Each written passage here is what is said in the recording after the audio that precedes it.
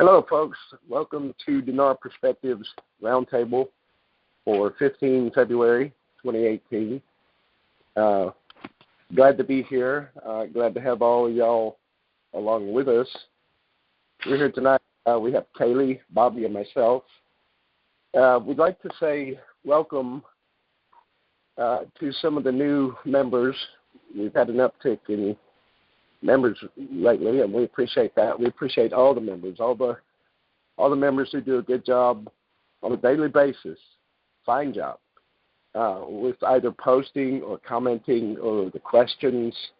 You know, my firm belief is there's no stupid question. So because you don't know what you don't know, so ask away. And again, we appreciate all our new members and the old timers for hanging with us. And so we've been here a long time, but you know what I mean. Okay, we've got a lot of news tonight that we're going to try to cover in an expeditious amount of time. So what we're going to do, without a lot of other further stuff on the front side of the call here, we're going to move into anybody who's been following the Facebook page knows probably what our call is going to be about, and it's this donor conference. You know, some of the periphery about it, some of the after the fact, you know, the good, the bad, the ugly, and the misconstrued. So maybe we'll together, you know, help each other figure this out. So first of all, we're going to move on to day one, which was 12 February. And to start us off, we're going to have Bobby, and I want everybody to realize that if you've followed Bobby's commenting on the page, you realize he's kind of like pushing a heavy wheelbarrow down the hill. Sometimes, as long as you hold on real good, you'll both make it to the bottom of the hill. Okay, just hold on. Okay, Bobby, give us a little bit of what you saw on day one, and although it was a short day, I guess, as far as effects. Give us your take on day one. Well, you know, I think day one was slotted for the non-government organizations, and these were the people that were going to be responsible for the displaced, as far as getting some monies into that area of Iraq to help the displaced. If we recall, I think it was maybe 2 weeks before the conference, UNAMI, which is a branch of the United Nations and the Iraqi Relief, and the UNHCR were screaming for help, and they needed money right away. Okay, so the first day of the conference was basically surrounded around that. They were asking for, I think, a little over 100 million, 120 million prior to the conference. Okay, out of day one, they walked away with 300 million. It was a good start, and that's going to go a lot as far as the displaced, which, you know, these people have been displaced for a long time, and it's been hard on them. It's been very hard, and it's been twice as hard on the burdens of these agencies, and they're doing the best they can. And this $300 million will go a long way as we start the reconstruction. But yeah, in a nutshell, it was all centered around the non-government organizations and the displaced. And if I'm not mistaken, Bobby, help me out with this. Seems like the figure I saw on the displaced already returned was in the 3 million range. Yeah. And then, you know, there are some that they're sending back to, and you know, you've got the displaced saying, you know, wait a minute, you know, exactly what are we going home to? You know, yeah. And then on the other hand, you have some that are going back, and the United Nations Development Program is already there and set up, and they're helping these people, but they're also helping them by putting them to work. You know, we saw it in Mosul where they, 90% Iraqi labor, 90% Iraqi private sector, and these are the funds that are also paying these people. You know, these aren't coming from government salaries or anything. This is coming out of the UNDP fund, and so we've seen that take place. Now we look to see more of it take place, but the big aspect of this was, these people are still out there and they need help, and $300 million will go a long way. It would be different if we were months away from this conference, because that $300 million would be sucked up real quick. But now that we're on the verge of some happenings, this $300 million will go a long way, but it'll also advance to the next phase. Exactly. If they build on the momentum, and I've sort of portrayed this conference as the momentum starter or builder, they can reach the goal, but I'm also still a firm believer they have to show the work. Their intent is great, and their speeches are wonderful, but we all want to see the action, and that's where the investors are right now. They want more than business as usual guarantees, and so it's interesting to see some of the rapidity at which some of these things are starting to get accomplished.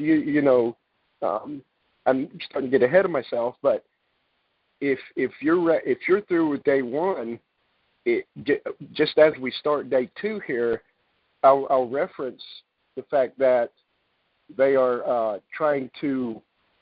they're getting the obstacles removed from in front of investors. Remember, we talked about the antiquated sections of the investment law and some things that needed addressing. And this here has all the wording. It sounds just like that, without him saying this is addressing Article 58 or whatever it is of the investment law. The wording of what he's saying sounds just like they've addressed that. And to me, that's been a big deal to watch for, in the criteria stream, and seeing that it's kind of a checkbox, but I'm still focusing tightly in to try to make sure that that's more than just words. You know what I'm saying, Bobby? In other words, it's great that that's happening, and it's a stunner to me. It's kind of a sleeper.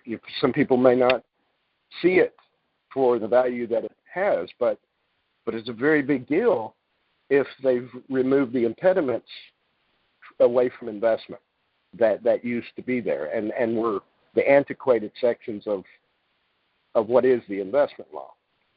Okay. And by the way, that was Kaleigh's report that had the Iraq promising foreign companies, to remove. And so that was my reference piece here. But Bobby, bear with me. The day two was important for several reasons.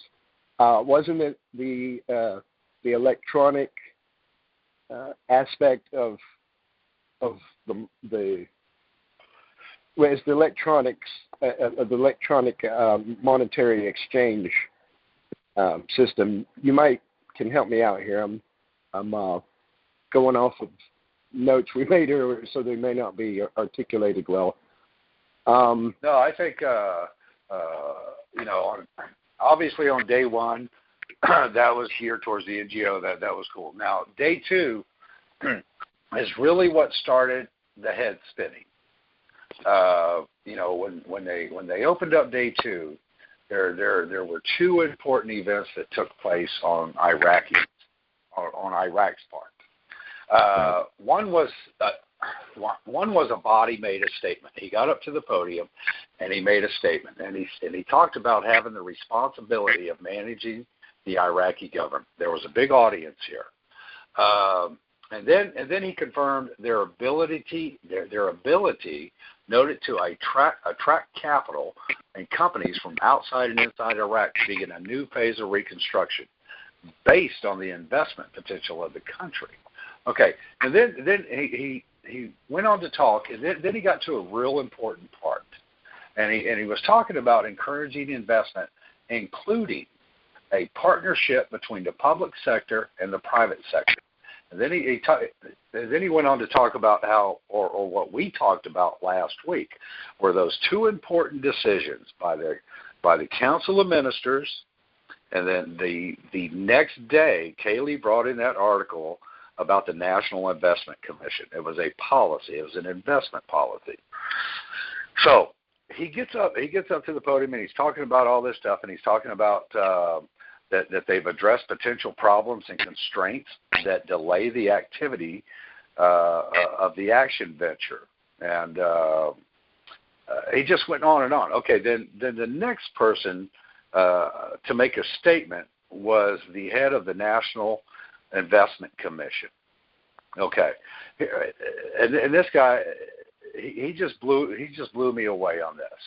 He said that Iraq's laws do not differentiate between domestic and foreign investors, noting that foreign investors can establish an Iraqi companies.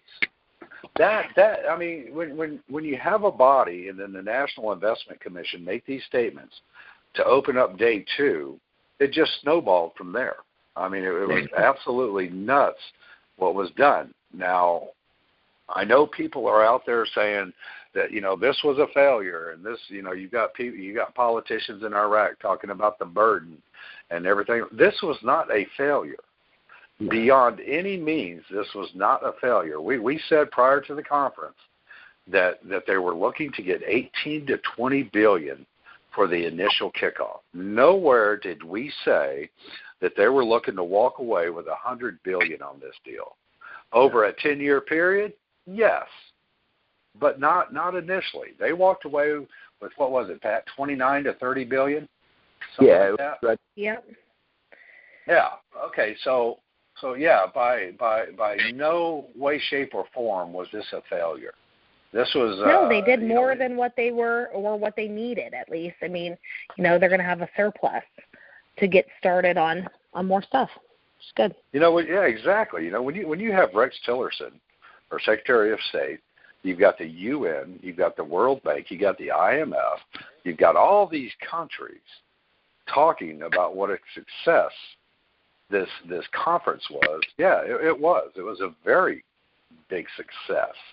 Now, everybody's going to start talking about all the talk coming out of Iraq. This is political talk about the burden of these loans and everything like that. Technically, under these loans, as of right now, there are two types of loans. Actually, they're seeking three. The first loans they broke it into were sovereign loans at the total of $15.5 billion. Okay, now those are the loans that the government is responsible for. Okay, no, I mean, they have to pay these loans. The only recourse if they don't pay these loans is to have the payment rescheduled and or reduce the interest rates or repudiate the debt, which we saw the UAE do, didn't we?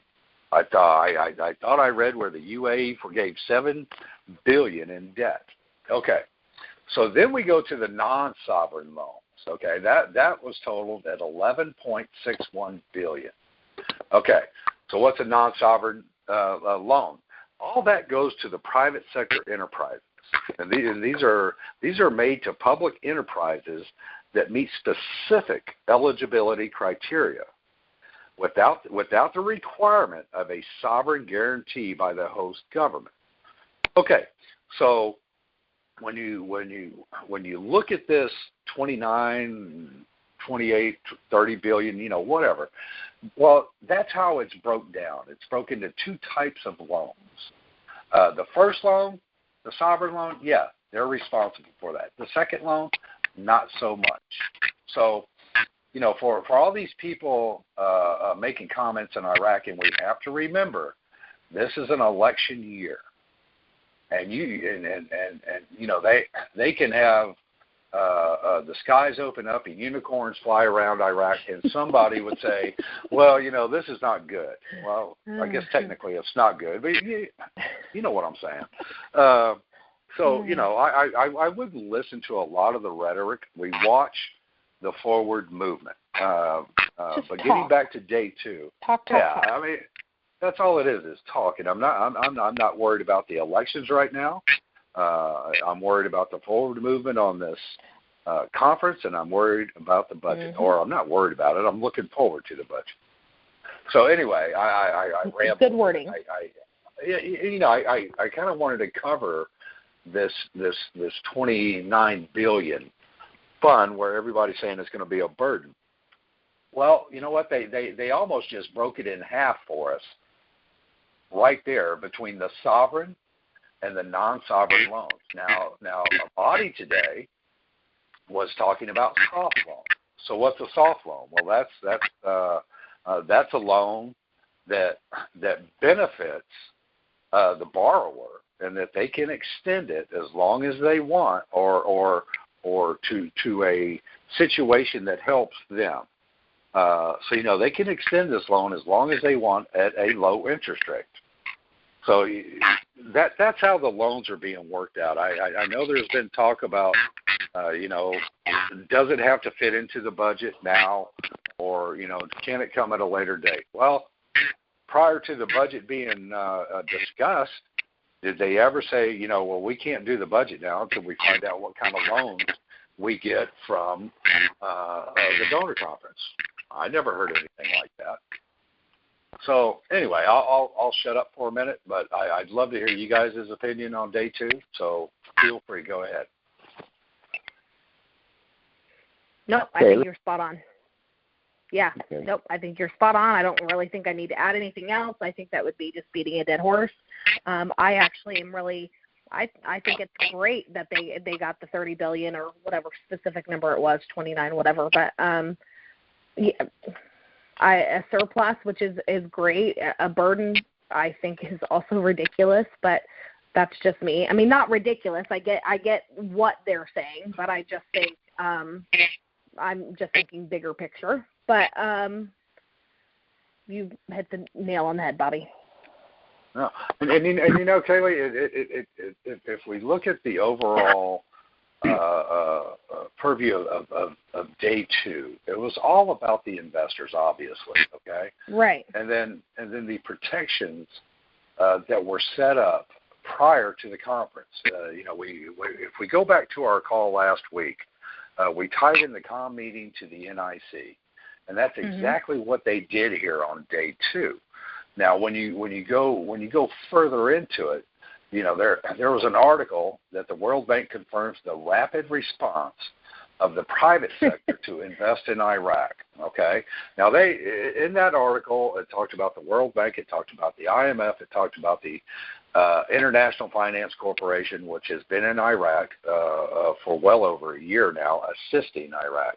But one thing they brought up was a multilateral investment guarantee agency. Okay, this is kind of new to Iraq, to the best of my knowledge, and this is going to add more protection because that's an international financial institution. Which offers, and here's the key part, which offers political risk insurance and credit enhancement guarantees. These guarantees help investors protect foreign direct investments, the FDI we talked about before, against political and non-commercial risk in developing countries. So this is the World Bank, the IMF, the IFC, and they're all bringing these big guns in. And there's your protection. Now, when we talk about Iraq, we talked about the protections that they were going to offer going into the conference on our last call. So, as you see, Iraq has done their part, and then all these international agencies, the big wigs, the World Bank, the IMF, the IFC, have brought in their protectors as well. So everybody's protected here, and everybody's happy. Hey, Bobby. Yes, so we have an understanding to a degree on what a body is saying about the budget versus loans from this conference. This is a late thing I found. I didn't see anything else talking like this, so I posted it, or I was, tried to combine it. But anyway, let me explain some of what he was saying.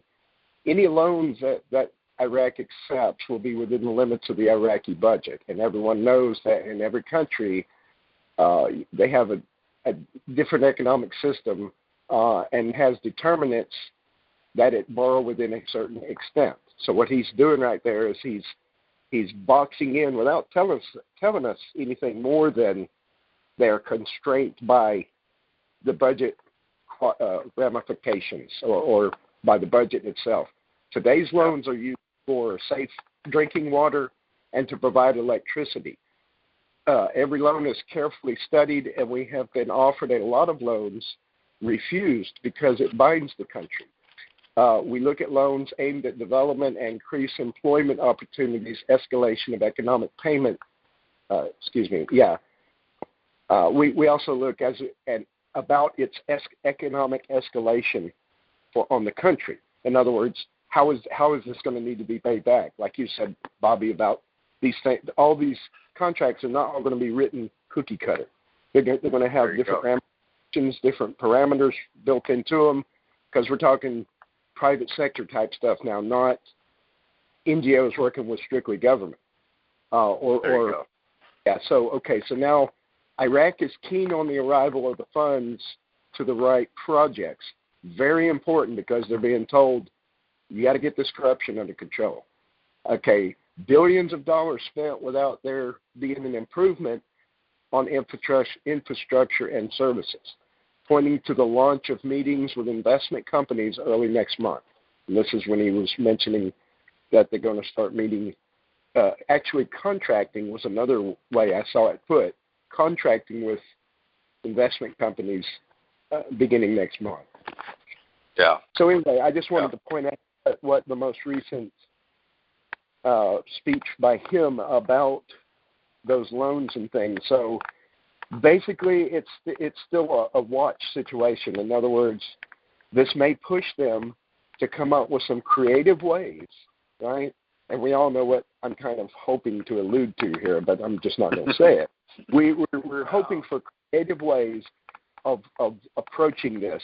And if we're talking creative, we're also talking impetus to do certain things. And in this case, it's get that private sector, the agricultural sector, and all the, get private business up and running. And the conference will be just a push to what could come afterwards if Iraq proves itself and shows its work. I mean, it's simple as that. Show your work. That's all people are saying. What me and you talking about earlier about the Minister of Finance for Kuwait. I think it was Minister of Finance, or it may have been anyway, it was somebody high up for Kuwait saying, you're not going to see much until you get this corruption under control. These people are just going to throw their best intentions, down a sewer, and until there's some hard progress on that, that's kind of where that stands. You know what I'm saying? And see that's a good point, because also on day one of the conference, the Minister of Planning for Iraq spoke about building an electronic digital platform to monitor the Kuwait conference. Okay, and then he goes on further to say that that the Iraqi government's commitment to ensuring transparency in the use of available resources by building a digital platform for immediate declaration include national e-resources from grants, donations, and various means of support. Okay, now today, early this morning. That's where I got the electronics. That's where I got Okay, and then this morning, the Integrity Commission came out with a statement of how these funds are going to be monitored and everything like that. So it's like we said prior to the conference. It's not like Iraq is going to be given this money and say go do good things. That's not going to happen. And for the people who were saying, this is just a conference. No, it was a little bit more than a conference. About the only way it becomes just a conference is if they screw this up. And I don't see them screwing this up with all the mechanisms put in place. When you talk about the corruption, that's why we go back to these digital platforms and what the Integrity Commission has said, and what the Council of Ministers did with this Supreme High Committee for Investments, or something along that nature. But that's what came out of the COM meeting Tuesday before the conference. Was they've worked on this. They've worked on the public-private sector partnership. They've worked on all of this prior to the conference. Okay, so day 2 of the conference, we see all this stuff. We see Rex Tillerson come out and say how the United States is giving $3 billion towards transportation and other field projects. Okay, so all of this came out, and I'm going to jump ahead a little bit because I know we're going to cover day 3, but I'm going to jump ahead to today and the COM meeting. And Kaleigh posted an article. I think I have it up here somewhere because I pulled a couple things from her article, and so this is 24 hours after the conference. Okay. Now we got the Council of Ministers met today. They weren't going to meet Tuesday. Everybody was upset about that on the group, but we saw why, because the conference was taking place. So now they come out with a statement that they're going to meet with the Kuwaiti ambassador's representatives on Monday, the 19th, and start getting this thing going and everything. Okay. And then they're going to start with the contracts the first part of March. Okay. So 24 hours after this, they make the statement that here's what we're going to do Monday. We're going to get this ball rolling. You might as well carry up on the momentum and stuff like that. So, right. and then you had the World Bank, or actually, I take it back. You had a body talk about the Social Fund for Development, or the Social Development Fund. This is a World Bank sponsored development fund, and it says, I mean, these are monies allocated to the social infrastructure, priority investments for the community based on an open menu that typically includes investments that improve access to basic public services and investments that can be realized using labor-based techniques and maximizing the use of local materials. So this is 24 hours after the conference, and they're already getting the ball rolling. So, yeah, you know what? It's not just another conference. It's a conference that had some meat and potatoes to it. And like I said, 24 hours after the conference, the ball's rolling. I kind of jumped ahead a little bit there, and I apologize. But I kind of wanted to show people that, this is not stand on your laurels type things and just a lot of talk. This is this is action. This is forward movement. And, we just have to sit tight and let it play out. Yeah, I jumped ahead a little bit, too. This clarification on budget versus loans came out today. So just for the sake of iteration on what was being said in that regard, I just wanted to promote it. But, yeah, so we're not married to staying with just the day because the information's good no matter which day, we veer from. So that's not a problem. Let's see. Yeah, it's good about this investment stuff, and I know we've kind of covered it a little bit, but see, that's neat because it's not always been that way. I mean, this is if what they're saying is true, then it sounds like they addressed that section that needed addressed, which is great. I mean, that's got I went all the way from 8.75 on my 1 to 10 scale to now a 9. I mean, to let y'all know how much that jerked you down, that's pretty good. Okay, let's see. Bobby, we had still some stuff. We're running close up. No, we're still good. We had some stuff about day 3. Kaleigh, before we move on, did you have anything pertinent to day 2 that you wanted to inject? Nope, you're rolling great. I'm enjoying it. So I will interject if I need. Trust me. Okay. And for the sake of maybe to some of the tail end stuff we discussed, I'm trying to move us along here, watching the clock too. No, you're good. You're good. I'm enjoying. Okay, so, I really am enjoying you all breaking it down. It's refreshing to, we type it up, but sometimes it's really great to just hear people tell you exactly what's going on and confirm, maybe how you already feel or whatever. So, keep speaking, please. Exactly.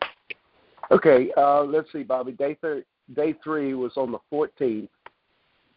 We had a couple MOUs that day too, didn't we?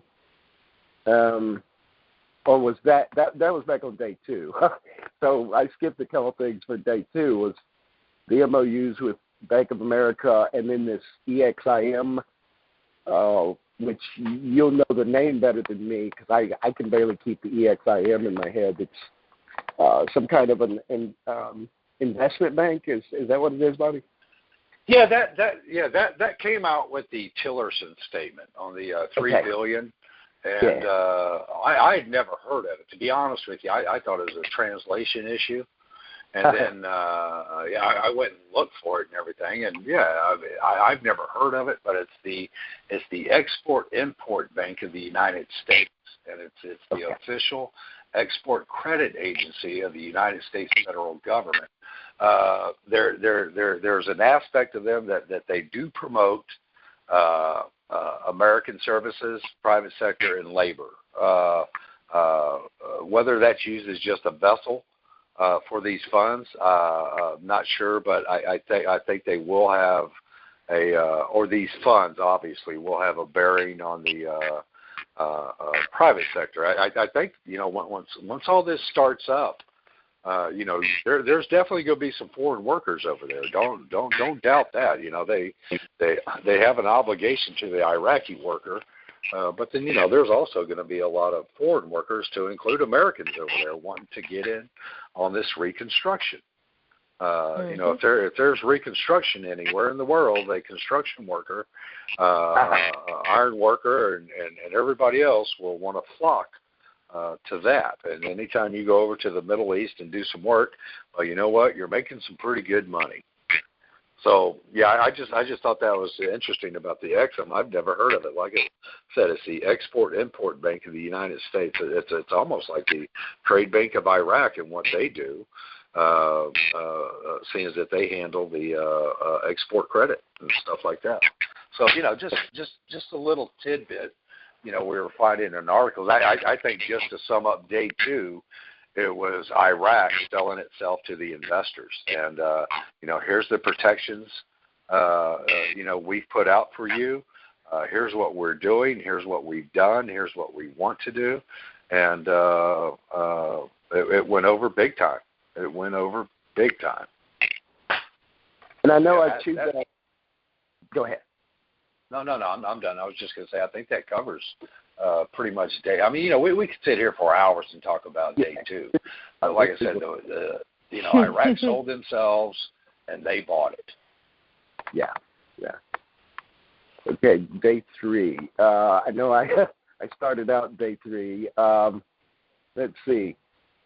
Day 3 was more about how much was gathered. In other words, the breakdown of what each country.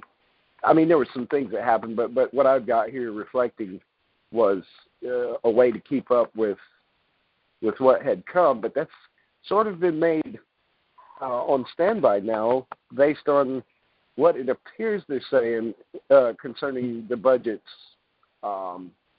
needing to be accomplished in regards to these loans, and then juxtaposing whether or not a particular loan based on criteria and the budget will will make it through or not. But in my head, I'm still saying this puts them on the seat, on the hot seat, whereby they got to do more than just talk. There's been a lot of talk, man, but I think it's still soon after the thing.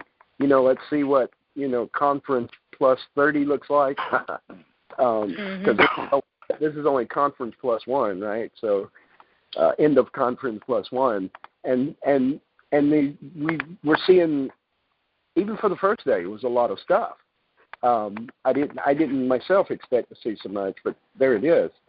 I just hope that this momentum and the things that are being said pan out in the real world, and that's what everybody else is wanting to see too. Implementation, yeah, them actually doing it. Great word. I mean, I could have saved myself, 20 pounds. I would have just said that. No. I was putting it together. It's good. Yeah, I think day 3, while they talked about all the monies that were available and they broke it down by state and everything, there was also a big meeting of the foreign ministers, and they got together, and if I'm not mistaken, the UAE debt relief came out of that meeting, and it may have come out at the press at a later time, but I think that came out of that meeting. I mean, when you have a country write off $7 billion worth of debt, you're doing something pretty darn good. If we look back to the UAE, I've always touted the UAE was that they were the ones that were pushing the public-private sector partnership in the Middle East. It's spilled over to Saudi Arabia. It's spilled over to Kuwait. It's spilled over to Bahrain. It spilled over to Qatar. Now it's Iraq's turn. I think, and obviously on day 3, I think I slept in late that day because I got in late and you guys just blew up the Facebook page with all these posts, and my head was still spinning from day 2. But the one thing I took from day 3 was the UN Secretary General. I believe his name is Gutierrez. He said this. He said, after the last 3 days in Kuwait, I feel hope for a new Iraq that is open for business and prepared to face the next challenge of rebuilding communities while reconstructing schools, roads, bridges, hospitals, and public infrastructure. A prosperous Iraq will be a pillar for development and stability in the region. And that's all I needed to hear. I heard Rex Tillerson. I heard everybody else speak on day 2 about how good Iraq is, and how Iraq is ready. We saw a body mention, 3-4 months ago, Iraq is open for business. Okay, well, what happened? We were like, come on, you said you're open for business. What are you going to do? What happened? Now you've got all these other people saying, hey, Iraq is open for business.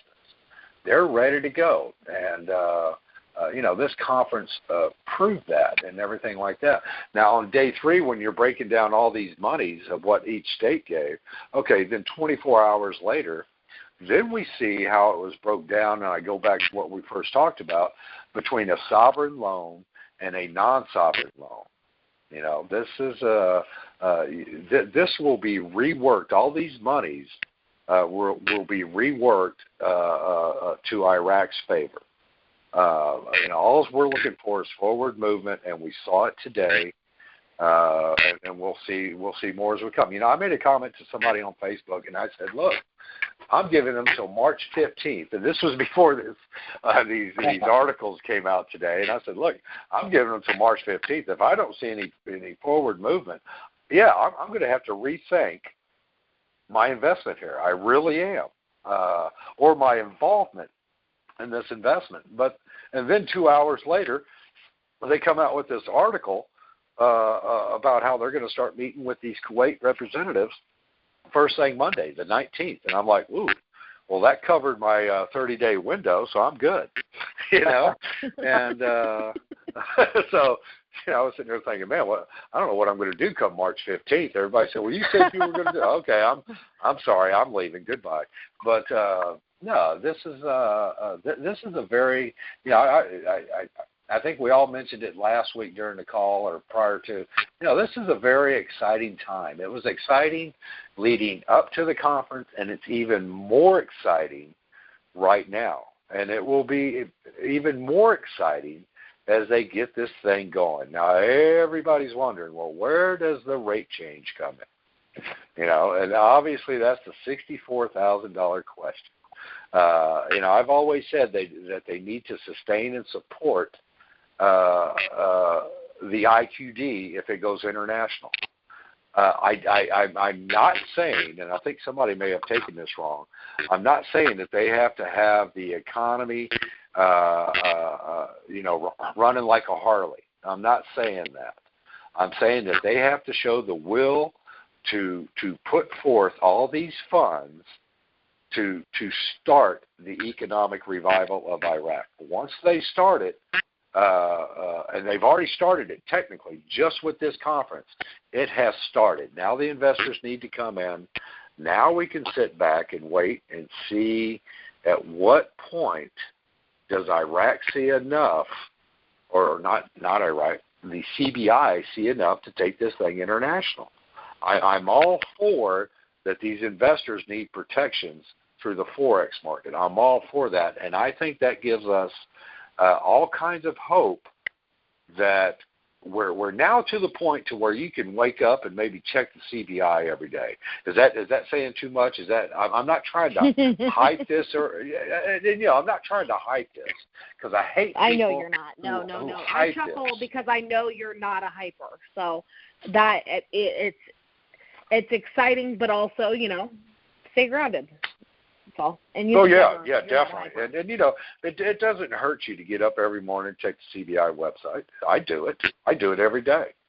That's the first thing I do. I go and I look and I say, oh, hello, Mr. 1184. How are you today? And then I go on to other things.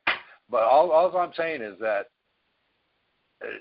the whole time I've been in this investment, I've never really thought that they could go international with a dinar without having some way to support it. Now, when oil was at $130 a barrel, yeah, I could see it then, stuff like that. But oil's not at 130. Now Iraq, just like everybody else in the Middle East, has to open up their markets. They have to open up their market and use oil as a creme de la creme. This will be frosting on the cake, Oreo in the milk, whatever you want to call it. And that's what they're doing. And now that they have these funds and all of these people coming in to help them, you know what? I do see a chance, a real good chance for them taking the IQD international. Now, when you get back to the auctions, we had an auction talk today. I hate auction talks. I hate them. But, we had them. The only way you do away with an auction or with the auction process is you take your currency international to where you can start paying your remittances, with your currency, not with USD. That's the only thing that's going to stop the auctions. If they stop the auctions now with the IQD not going international, their economy will go south in a heartbeat. And inflation will go up and everything like that. We talk about the corruption in the auction process. Yes, it's there. Everybody knows it. The anti-money laundering law stopped a lot of it. We've gone from 30 remittance companies. Now we're down to 8. And there was a lot of those remittance companies that got kicked out, and or they were made a financial institution. I ramble. Did you say got suspended today? 10 of them got suspended today. No. That's that little sidebar we were talking about Iran.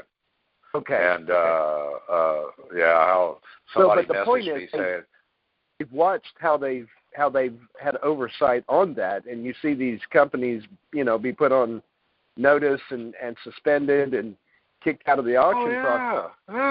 I mean, and that's been going on for ever since they started hammering the anti-money laundering law. Hell, I think they just got back from another conference when the donor conference was going on about more education towards the anti-money laundering law and stuff like that.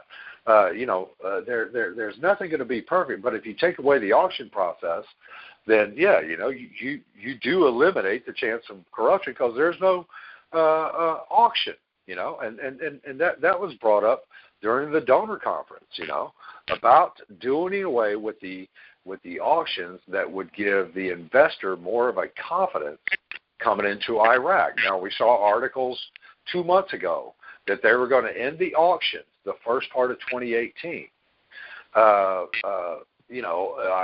kind of hate referring back to that because it wasn't like it flooded the news cycle. It was 1 to 2 articles that came out that we will stop. And you know what? And it really wasn't a CBI rep or a government rep. It was a source or somebody who said that. But it does make sense to stop the auctions. It really does. But and then we're back to the first part. The only way you stop the auctions is you go international with your currency. When they talked about that at the conference or coming out of the conference, that it would give the investors protection. Okay, well, where does the investor protection come from if you do away with the auctions? The IQD goes international, and it's on the Forex market. The investor hedges his bets in the Forex market. We're good to go. That's what that boils down to, and that's why I said, we're to the point now in this investment that yes, that possibility of taking the IQD international exists more today than it ever has. And if they do this conference right, if they take these funds and put them to good use, which I have the utmost confidence they will, every day builds that a little bit stronger that they can put the IQD out on the international market. Done. Yeah. Yeah, I know, right? Well, that was a great call there, Bobby. Thank you so much. Good night, everybody. Yeah. So, no, I ramble a little bit on that, but, this is the stuff we see on Facebook, and this is the stuff we talk about as a group, and that's why I love this group. I really do. There's a lot of people in our group that came over from that other site, and they bring a lot to the table. We've got a lot of new people coming in that bring a lot to the table, and I love this group. I really do. I would not exchange this group for anything. This is the group we have. This is the group I'm sticking with, and this is the group I want to finish this with. Period. Well, we appreciate you, and we're glad that you're here with us. I'm glad to be here with y'all. Yep, for sure. I'm glad you pointed out being, thankful for the new members. As much as we love the old ones, we like to see new faces too. And y'all guys out there, remember that new folks may not know, what you know. So bear with them a little bit. That's all I'm gonna say on that. Okay, Kaleigh, we're at kind of the 10-ish minute mark, somewhere in that vicinity. Did you have anything from Facebook on that thread that you wanted to, where you had asked for questions and things that you might bring? Or do you have it available to you? If not, then... I do have it available. I just wanted to, I know some of them we kind of already went over. Yeah, kind of get answered, when they put them up. Yeah, some of them got answered, but I see one with the 7 million barrels of oil output daily, bringing in $55 or $55 billion. What is that? What is this impact on the RV? Sorry, I could not get that out. Apparently. Wow. I think obviously higher oil prices help the GOI cover their bills. When you have Parliament asking the GOI to raise to raise the price of oil or per barrel in the budget. They want it up. A body come back to them and said, hey, you know what? Oil, I think it's at, 46 in the budget, Pat? Somewhere around there? Yeah, 46. Yeah. And then you had a body tell Parliament, okay, yeah, you know what? If you want to raise the price in the budget, if oil goes down, I want you to cover it, and I want you to tell the people why we can't cover our expenditures.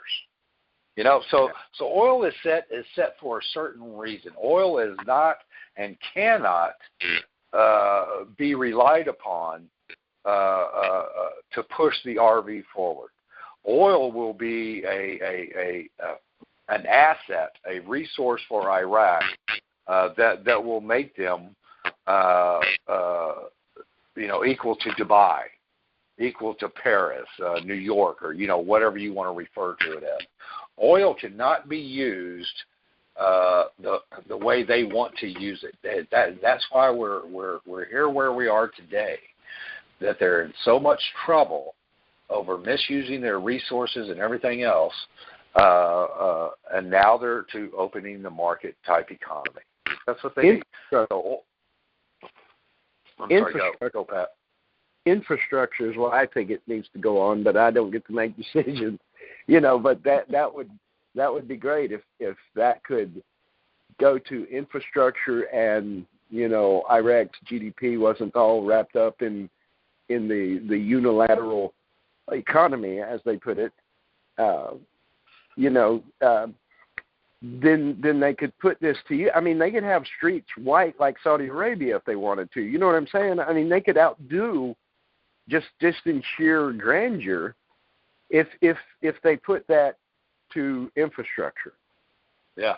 And since we're talking about the group, is it okay if I mention just one thing? Tony Welsh McKenzie brought in a tweet from Shajah Jihad, and I follow him on Twitter too. Smart dude, very smart dude. And if I just give me a minute to cover this, because when we go back to the $100 billion or just what they were asking for, here's what this guy said. It makes total sense. He says of the $88.25 billion needed, the conference got pledges of $30 billion. This figure will increase over the summer. Here's the key part. As Saudi are awaiting results of Iraq's May elections and will pledge $7 billion more if Iraq remains stable after the results. So between now and the elections, we see what everybody else is looking at, just like what we're looking at. Okay, then he goes on to say, this is the cool part. This is the cool part.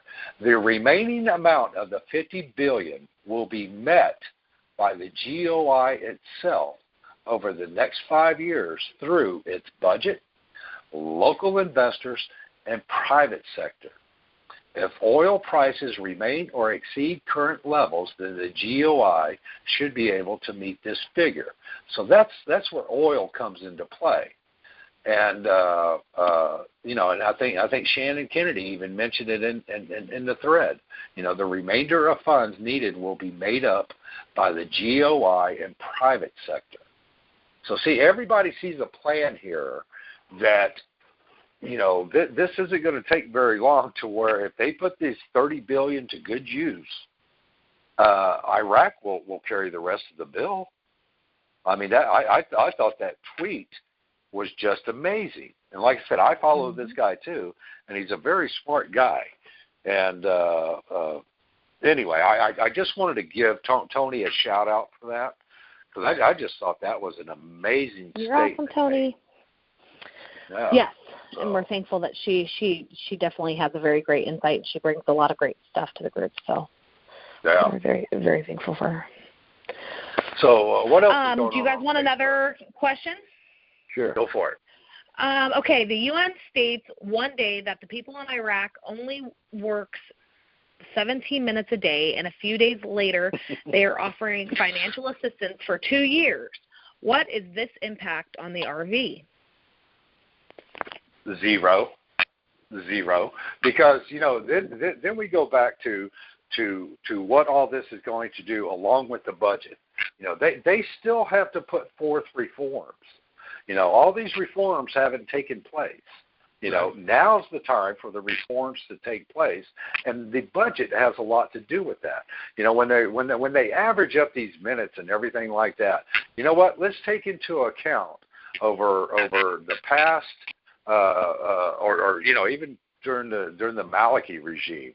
But this was all discovered when a body came on board and they started discovering this stuff.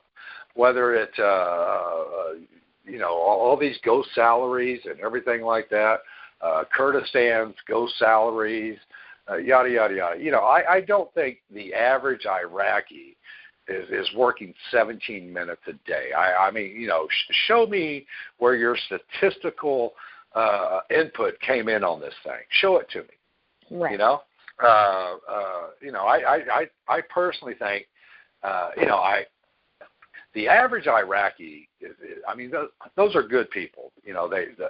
They really are. We've seen it over the years where, all they want is a chance. That's all they want. This place has known nothing but war and corruption and abuse and everything like that. I don't put a lot of credence into the 17 million. Everybody laughs about it and everything. I laugh about it. But you know what? I could put up a stat like that anywhere, and I know it came from some UN thing, but I'd love to see the input on anything regarding statistics, and that's a statistic. I'd love to see where they came up with it. I think once you give the Iraqis a chance to work, they'll work. Yeah. And you know what? There are some people over here that darn sure don't go out and earn their daily check. So yeah, I zero. Once they put them to work, they'll want to go to work to rebuild their country. That's just my opinion. All stats can be swayed. Trust me, all stats can be swayed. So what's next? The donors that pledge to invest in Iraq, do they have a clawback clause in the event there is not a new rate? Do they have a clawback? She said clawback clause. Right. Yeah. I've never heard the term clawback, but yeah. Well, I don't think everybody's in this thing. I haven't seen a new rate mentioned. I think the after effects of everything they're doing can lead to a new rate. What we talked about a few minutes ago. If they show the ability to where, like I said, it doesn't have to be perfect, but that they can show a plan to support and sustain the economy and the IQD going international, do it. If this $30 billion goes to use to where there are some smart people working on this. It's not just all Iraq. These are smart people that are coming in, and if they forecast something and they see something, then investors will want in on it. We talked about the protections that were afforded the investor coming into this thing. The only thing remaining, and I go back to the fact of now, this is an opportune time for them to take the IQD international. It really is. If they can make that and this $30 billion be a springboard towards everything. But as far as the protections, we talked about that. That was talked all about in day 2. The only other protection that's remaining is to hedge their bets through the Forex market, and that's what gives us a prime time for our investment to pay off. Yeah, I was going to say that, so many things seem to be tied to anticipation of a rate change in Iraq. And what I'm saying is, and I'm not trying to downgrade the questioner, because in 90% of the cases they heard this somewhere else. They didn't come up with it on their own. So, when you're saying things like investors, and a clawback clause based on a rate not having changed yet, unless you're investing in the currency itself, you don't care what that rate is. You're getting money in your country's currency. You're making it based on that and other criteria that have nothing to do with the home country's currency rate. And so when you hear somebody say that there's this, company and they've got clawback clauses and they're waiting, or the goofiness we hear about people being paid at a certain rate who are foreign employees over there and everything, it just don't work that way. I'm not a bank guy, but I just know it don't work that way. It's not the way everybody thinks. For instance, go ahead. That's a good point. All this donor money is not. It's investment money, but it's not the investors that Iraq is looking for per se. This is the springboard investment that will spur on all these people wanting to come in and have the protections, like we said earlier, between foreign and domestic, and be able to own companies in Iraq. You have to get this thing started before that. There you go. When I say started, it's not like they get it started and they wave to the investors and say, we'll be ready for you in 6 months. No, this just has to start to where the investor sees it and says, okay, let's jump in. Now, does a rate come with that? As far as an investor, as far as an outside investor, I would go out and say yes.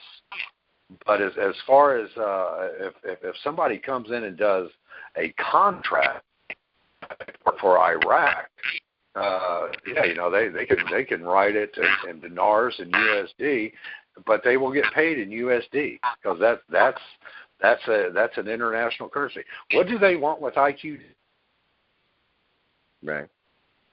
So at some point in time, that's got to push each other, and Iraq got to take their currency international in order to benefit from what this $30 billion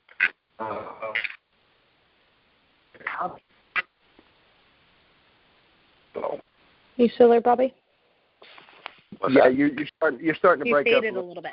What was your last? What was your last? I'm just saying that all this will push the IQD international. When we look investors that want to come in and own foreign or own property in Iraq and everything like that, that's where we get to the IQD going international and everything like that. Because if you go in there and everything's working off of USD, if I'm foreign and I go into Iraq, I don't want the dinar. Right. I mean, if you pay me in dinar and I go outside your borders, what am I going to do with it? Not much. I mean, I haven't done much with mine over the last 12 years or so, but I just think everything's pushing towards there's also we also there's situations where supposedly a rate is written into a contract and it's just horse pucky. Everybody's trying to take the CBI's job. They're trying to give it to a body. It's not a body's job. That's right. Yeah, that's right. I mean, say that from the top of the roof, man. But I won't. Maybe I did. I don't know.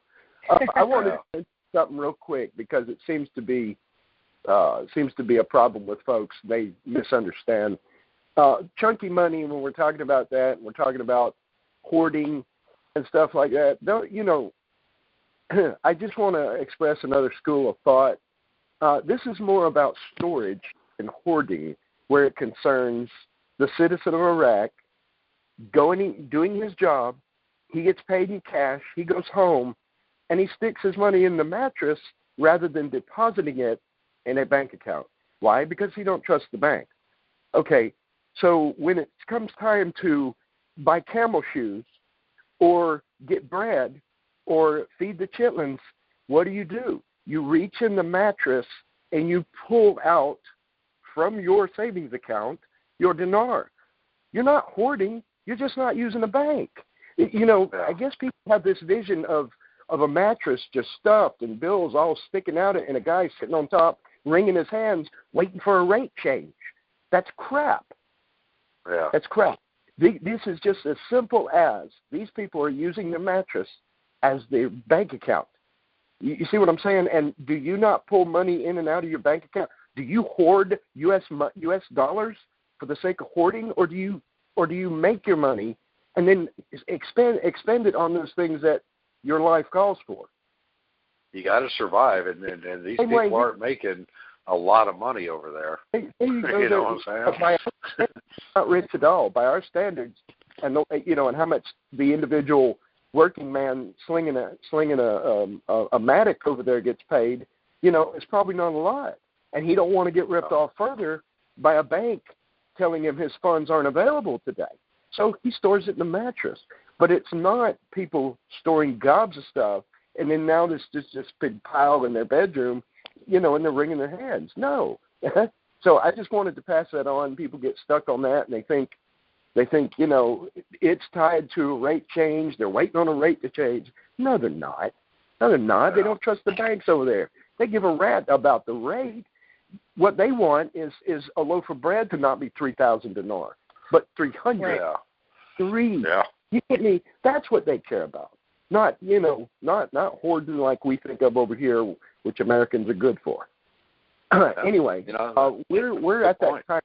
Is we've definitely covered an hour. Does anybody have any objections to us just calling it an evening? I'll say one more thing as far as our group.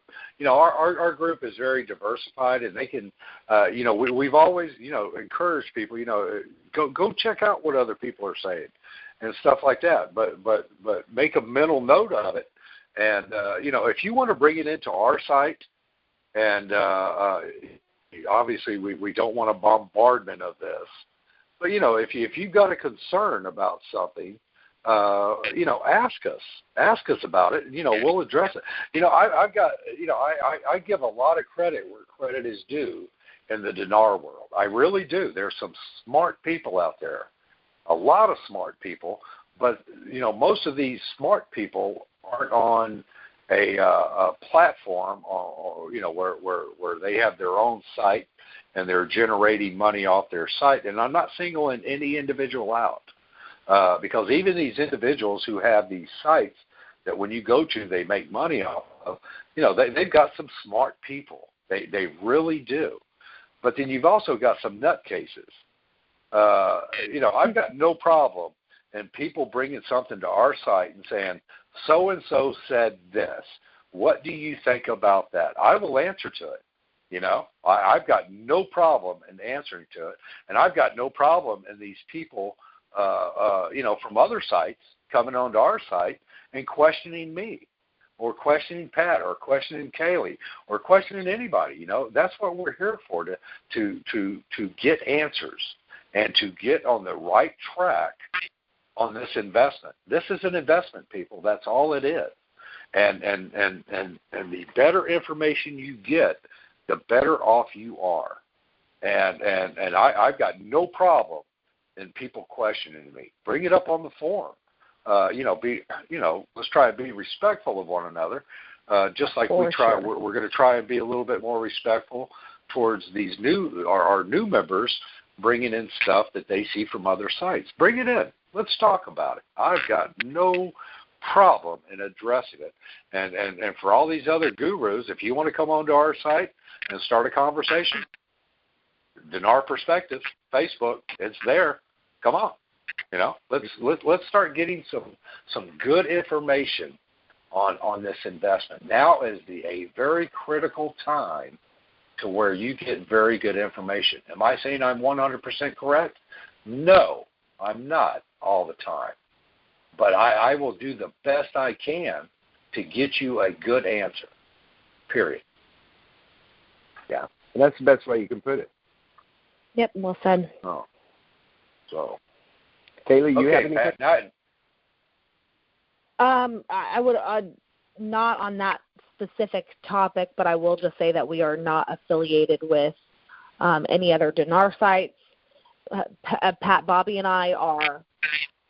That's it. That's what you get. We've got other people that help and are part of the group, but we're the three. So just that's it, really. Actually, now that I